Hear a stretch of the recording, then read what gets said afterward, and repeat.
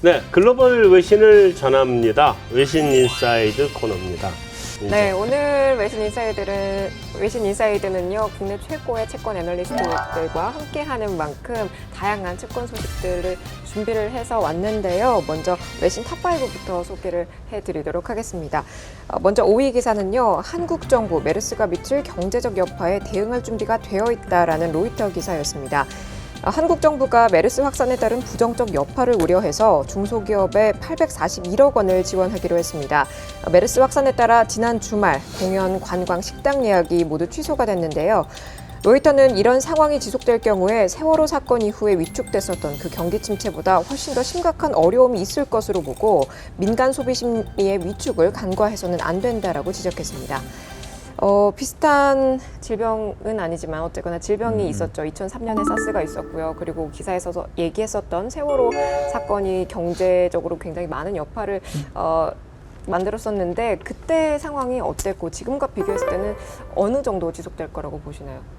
근데 이제 2003년 사스 때는 충격이 좀 더했던 게 제 기억으로 2002년도에 카드 버블 터지고 민간에 그때 충격이 있었던 게 기억이 나요? 있었던 게 기억이 나네요. 네, 해보세요. 왜 그때가 기억이 나지? 그래서 아마도 그 악영향이 좀 더 배가 됐던 것 같아요. 네. 그러니까 카드 버블 터진 이후에 내수에 대한 그 여력 자체가 없는 상태에서 이제 질병까지 도니까 상당히 안 좋았던 것 같고. 작년 세월호 같은 경우에는 이제 그런 상황은 아니었는데 어떻게 보면 전대미문에 정말 그 젊은 친구들이 그렇게 안타까운 죽음을 마련해서 뭐 어디 가서 돈 쓰기도 뭐 술 마시기도 되게 이제 미안했던 이제 이런 상황이었던 것 같은데, 근데 안타까운 거는 그 두 사례보다 저는 올해가 좀 더 심각한 것 같아요. 왜냐하면 그래요? 정부의 초동 대처가 상당히 좀 미흡했던 것 같고, 그 제가 이제 걱정되는 부분은 이게 옛날보다는 우리가 이 SNS라는 것들이 발달을 해가지고 너무 정보가 너무 이렇게 빨리 돌잖아요. 음. 그래서 뭐 확인되지 않은 루머들도 많이 양산이 되는 것 같고, 그로 인해서 더욱더 이제 심리가 위축되는 부분도 있어서 제가 생각하기에는 메르스가 지금 공포가 아니라 그 불신에 대한 공포가 한국 경제에 보다 더 큰 문제점인 거 아닌가. 그래서 올해는 조금 그게 더 부담스러운 요인인 것 같아요. 네, 4위 기사는요, M&A 급증에 미 회사채 시장 호시절이 끝물이라는 제목의 파이낸셜 타임즈 기사였습니다. FT가 최근 미국 기업들의 M&A 급증은 미국 회사채 시장의 황금기가 종료 시점이 다했음을 보여주는 것이라고 지적했습니다. M&A 활동 증가는 기업들의 부채 확대를 대변하는 것으로 크레딧 사이클의 확장 국면이 막바지에 이르렀다라는 의미라는데요. 지난 5월 미국 기업들의 M&A 규모는 2,430억 달러로 역대 최고치를 기록했고, 회사채 발행도 크게 늘어서 6월까지 미국의 회사채 발행량이 5개월 연속으로 1,000억 달러를 웃돌았습니다. 이에 JP모건은 회사채의 과중한 발행 때문에 시장이 소화불량 상태에 처하게 될 것이라고 지적했습니다. 이건 사실 글쎄요, M&A 때문일 수도 있겠지만은 금리 자체를 놓고 보면 지금 우리 시장에서도 발행하시는 분들 입장에서는 이제 금리가 미국은 지금 이제 막 올라가고 있지 않습니까? 그러니까 올라가기 전에 빨리 발행을 하려니까 발행이 몰리고 수요는 이제 예전만 못하고, 그래서 좀 그런 부분 영향이 더 있지 않나 싶습니다. 김상훈 팀장님 하우스인 KB투자증권도 유명하지만 저희도 이제 회사채 발행을 좀 많이 하는 회사 축에 들어가 있는데요. 일반 기업으로부터 주로 뭐 2017년까지 금리 전망 이런 요청 자료가 조금씩 들어오고 있습니다. 그러니까 이제 그쪽 입장에서는 글로벌하게 통화 정책 트렌드가 정상화 과정으로 가는 게 아닌가 하는 부분을 걱정을 하게 되고, 지금 이제 크레딧 스프레드에서 약간 손해를 보더라도 지금 자금 조달하는 게 더 낫지 않나 이런 판단들을 좀 하시는 것 같습니다. 네, 그럼 이어서 3위 기사 소개해 드리도록 하겠습니다. 미 국제시장 불안에 따라 서킷 브레이커 도입이 검토되고 있다는 월스트리트 저널 기사였습니다. 최근 국제 금융시장에서 급격한 가격 변동이 잇따르는 가운데 세계 최대 채권 시장인 미국 국채시장에서 이 서킷 브레이커를 도입하는 방안이 검토되고 있습니다. 서킷 브레이커는 주요 증시에 도입된 안전장치지만 12조 5천억 달러 규모의 미 국채시장에는 아직 이런 규정이 없는 상태인데요. 일부 시장 참가자들은 미 재무부 관료들과 서킷 브레이커 도입을 논의 중에 있다고 전했습니다. 그러나 일각에서는 서킷 브레이커를 도입할 경우에 시장에 대한 접근성을 줄일 수 있을 뿐만이 아니라 미 국채와 연계된 파생 상품에서 가격의 왜곡을 발생시키는 부작용이 나타날 수 있다고 우려했습니다. 이 서킷 브레이커 제도를 도입할 정도로 이런 얘기가 나올 정도로 지금 현재 미국 국채 시장의 어떤 변동성이 심한 편인가요? 심하죠. 예. 그 우리 금리에 비해서도 심하고 사실 어떨 때는 보고 있으면은 채권이 아니고 그 코스닥 개별 종목 같은 느낌이 예, 최근에는 뭐 독일도 그렇고 국채도 그렇고 미국 국채도 좀 변동성이 많이 큰 것 같고 연준도 약간 이에 대해서 좀 우려하는 그런 의견도 좀 내놓는 것 같습니다. 근데 서킷 브레이커가 근본적인 해결책은 안 될 것 같고 오히려 그러니까 말 그대로 이 거래를 잠시 중단시키는 건데 저는 오히려 또 부작용이 더 클 수도 있을 것 같아요. 그냥 시장은 시장대로 내버려두는 게 나을 것 같고 근본적으로 왜 이렇게 변동성이 커졌는지를 보면 좀 유동성 관련된 문제도 있는 것 같아요. 그렇죠. 예. 그러니까 지금 그 채권의 잔액이 계속 늘어나고 있는데 과거와 비교해 보면 지금처럼 중앙은행이 그 채권의 대부분을 들고 있었던 적이 없었잖아요. 그러니까 어떻게 보면 실제 거래되는 유통 물량이 많이 줄어있다는 얘기이기 때문에 그런 것들이 최근에 변동성 확대에 좀 일조하고 있지 않나. 그래서 결국은 어떻게 보면 양적 완화를 했었을 때 예견됐던 문제 중에 하나가 과도하게 중앙은행이 시장에 참여함으로 인해서 시장의 기능을 좀 떨어뜨릴 수 있는 그런 우려들이 최근에 조금 나타나고 있는 것 같아서 굉장히 공감이 되는데요. 그래서 중앙은행이 많이 가지고 있고 예전 같은 전통적인 투자자들, IB 투자은행들은 이미 많이 갖고 있고 거기 또 볼크룰이나 규제 때문에 더 못 사지 않습니까? 그래서 최근에 독일도 그렇고 다음 뭐 얘기 나오지만은 변동성 확대에는 보면은 헤지 펀드들이 옛날에는 채권 시장에 잘 없었던 좀 투기적 성향의 참가자들이 많아지면서 그분들이 변동성을 좀 키우는 게 아닌가 싶은 생각이 듭니다. 네, 다음은 2위 기사인데요. 그로스의 타이밍에 관한 인베스트먼트 뉴스 기사였습니다. 지난 4일 독일 국채 매도를 외쳤던 채권왕 빌 그로스가 다음 차례는 중국 선전 증시라고 말하기가 무섭게 중국 증시가 5% 이상 폭락했습니다. 이날 선전 증시는 한때 6% 이상 폭락해서 2,853.89까지 밀렸고 또 상하이 증시도 급락했는데요. 지난 4월 그로스가 독일 국채 매도를 이야기한 다음 날도 역시 독일 국채가 연일 폭락했습니다. 기사는 그로스의 투매 조언이 직접적으로 독일 국채 매도를 촉발한 것은 아니지만 투자 심리를 돌려세우기는 충분했다라고 분석했습니다. 저는 이제 이 기사 보면서 그래도 제가 또 존경하는 그로스 형님이 오랜만에 또 존재감을 과시하신 것 같고 살아있네.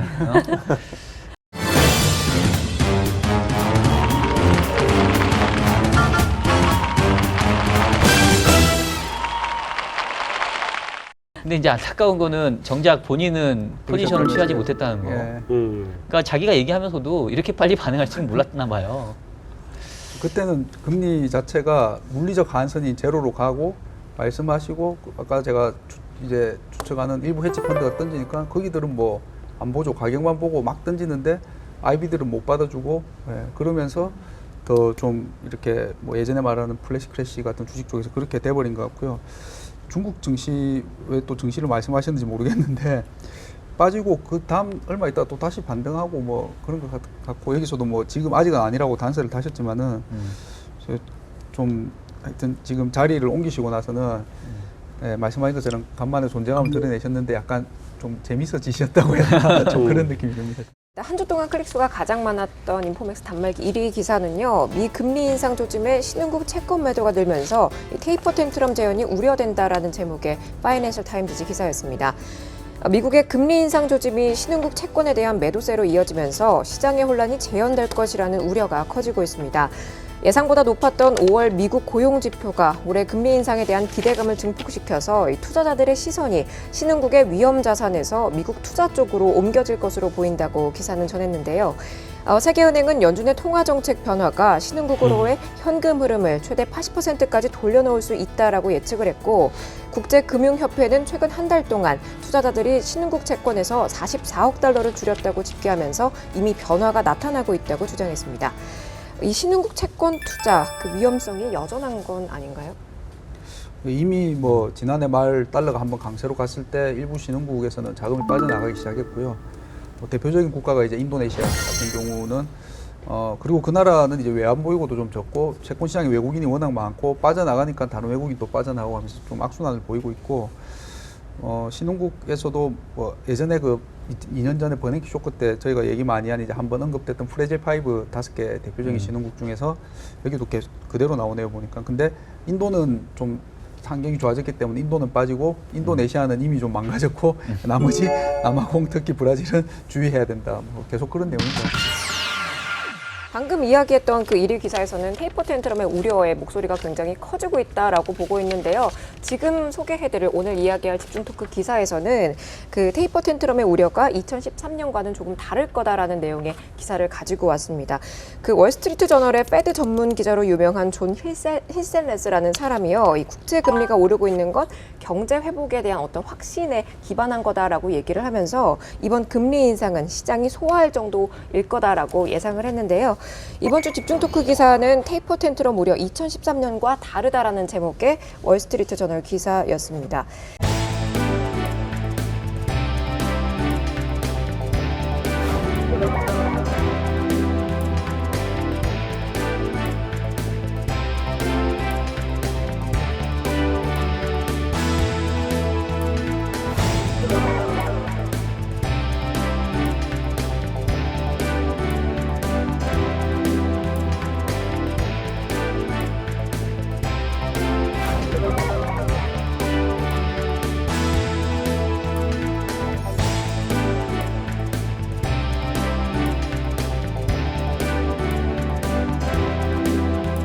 다시 요약을 해드리면 이번에 금리 인상이 어느 정도 그 시장이 소화할 수 있을 정도의 영향만 미칠 거다라고 얘기를 하고 있는 건데 이 부분에 대해서 동의들 하시나요? 요지는 그런 것 같아요.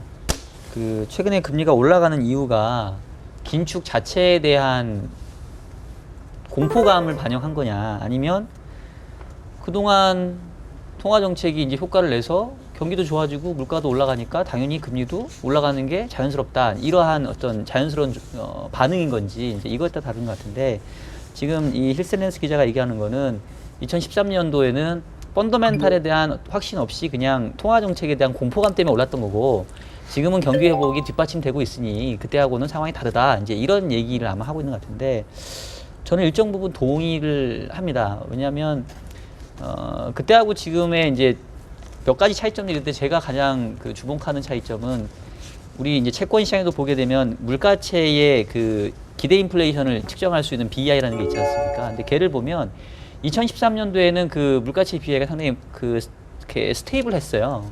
근데 최근 상황 보면 연초부터 이제 그게 올라가는 모습들을 보였거든요. 그러니까 그 얘기는 최근에 국채금리 올라가고 있지만 물가채금리 안 올랐다는 얘기예요. 그리고 그 얘기의 이면에는 향후에 물가가 올라갈 거다라는 어떤 그런 기대들이 최근에 좀 작용했다고 보기 때문에 그냥 정상화 과정 아닌가. 돈 풀리고 풀린 돈에 대한 효과가 나타나서 경기와 인플레에 대한 기대심리 바뀌면서 자연스럽게 금리가 올라가는 거라면 2013년처럼 이렇게 무지막지하게 전체 자산의 어떤 투매로 이어지기보다는 위험자산과 안전자산의 이제 대결 구도로 가는 정상화 과정이 아닌가라는 생각을 저는 좀 하고 있어요. 금리 인상을 앞두고 있어서 그런지 지금 여러 가지 경제 지표가 나오고 있고 거기에 대해서 기관이나 그 전문가들의 그 해석이 좀 분분하게 갈리고 있는 것 같습니다. 그 IMF의 연례 보고서 얼마 전에 나온 거를 보면 지금 상황이 안 좋기 때문에 금리 인상이 좀 내년에 있어야 된다라고 얘기를 하는 반면에 방금 소개해드렸던 그 기사에서는 경기 지표가 호전이 됐기 때문에 9월에 금리 인상에 무게가 좀 실린다라는 이렇게 좀 반대되는 기사가 나왔거든요. 이 부분에 있어서 어느 쪽 의견에 좀 동의를 하시나요? 저희는 사실 하우스뷰는 중간인 12월 정도로 생각하고 있습니다. 9월과 내년에 뭐 12월 정도인데요. 근데 이제 그 말씀하신 것처럼 지금은 분명히 매크로가 좋아지는 거는 맞기는 맞는데 연준도 딜레마에 빠질 수 있는 게요. 그래서 금리를 올린다고 시그널을 만약에 9월이다 그러면 한 7월, 8월부터 시장이 워낙 빨리 선반영을 하니까 그러면 달러가 강해지겠죠. 그러면은 아마 유가가 내려가든지 아니면 못 올라가겠죠.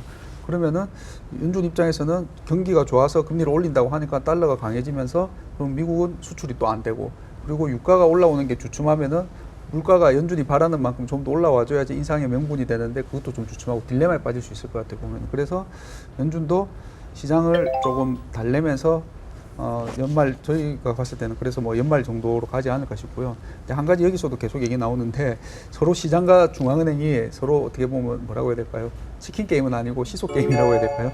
중앙은행은 시장을 컨트롤할 수 있다고 생각하고 뭐 좋게 말하면 충격을 더 주려고 얘기하고 시장은 중앙은행은 바라만 보지만은 선반영해서 항상 너무 빨리 많이 움직여 버리고 이런 게 서로 지금 엇갈리면서 좀 이런 이슈가 나오는 게 아닌가 싶습니다. 그 기사에서 얘기했었던 그 2013년의 테이퍼 텐트럼의 아주 근본적인 원인이 시장이 연준의 어떤 정책 스탠스를 잘못 읽어서 그런 거다라고 지적을 하고 있는데 이 부분에 대해서는 어떻게 생각하시나요? 글쎄요, 저는 이 주장은 약간 동의하지 않는 게요. 2013년부터 2015년 8월 정도 뭐 여름에 금리 올린다고 했었습니다. 근데 왜 그때 금리가 그렇게 많이 올랐냐면 초과 지준이 2.6조 달러나 들어있기 때문에 금리 인상을 정상적으로 하기 위해서는 유동성을 먼저 흡수할 거다. 그리고 채권을 팔면 누가 사느냐 이런 얘기가 나오면서 오르더니 앨런 블라인더가 마켓와치 기고를 하더라고요. 장기금리 좀 올라도 미국이 안 망한다. 팔자. 고위채권을 팔면 그걸 누가 사냐 이러더니 커브만 쫙 쳤었거든요. 근데 그걸 연준이 안 팔겠다고 그 부두 개입을 해서 진정시켜주지 않았었기 때문에 이걸 어떻게 시장이 잘못 생각한 걸로 볼 수 있느냐 하는 부분에 의문을 가지고 있고요. 사실 그 당시에는 금리가 좀 올랐으면 하는 바람을 가지고 있었다고 저는 개인적으로 보고 있습니다. 그리고 지금 같은 경우도 금리 상승 폭에 비해서 시장의 충격을 좀 덜 받을 수는 있다고 보는 게 유동성을 아직 안 빼고 있으니까요. 그렇죠. 사실 시장에 충격을 주려면 재투자를 예를 들어서 다음 주 수요일 FMC에서 우린 더 이상 재투자를 안 한다. 뭐 이런 걸 내면 금리 인상보다 더 뒤집어질걸요. 근데 이제 그런 걸 안 하고 금리만 올려서 이제 자산 가격 밸류에이션이 제로 금리니까 막 주식이 이게 밸류에이션이 쌉니다 이런 것만 견제하는 정도 수준인 것 같습니다. 네, 한마디만 보태면요. 이 월스트리트 저널, 아까 팻말 내려놨는데 안 내려놓고 들고 있었던 이유가 있는데 이 월스트리트 저널이라고 너무 그렇게 믿지 마세요. 나는 근본적인 이유를 그렇게 보거든. 사람들이 기대를 했느냐 안 했느냐. 2013년은 생각 안 하고 있었거든. 안 하고 있는데 갑자기 말이 튀어나왔단 말이야. 깜짝 놀랐죠. 이번엔 다 미리 알고 있는 거거든. 덜 놀랄 거예요. 그래서 월스트리트 저널도 가끔씩은 집어던져. 다음.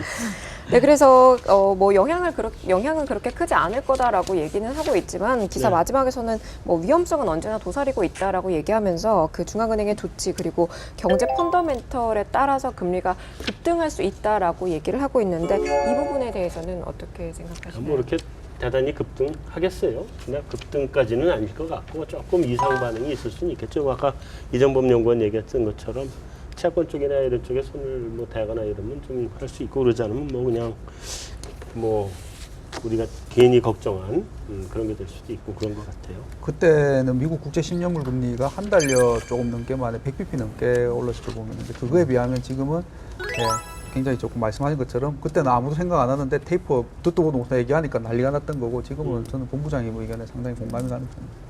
자, 우리 오늘 순서 여기서 다 마무리하는 걸로 하죠. 부족한 얘기는 다음 달에 오셔서 to be continued입니다. 마저 해주시면 되겠습니다. 다음 달에 다 오실 거죠 또? 요즘 잘 안 오더라고. 네, 뭐 오겠습니다. 네, 다음 달에 와가 이게 저격수가 안 오니까 재미가 없어. 네. 여기서 마무리하죠. 자, 박수. 수고하셨습니다. 다음 달에는 틀릴 리스크가 거의 없으니까 좀 편할 것 같아요. 저 어제부터 이거 취소를 못하나 메르스 걸렸다.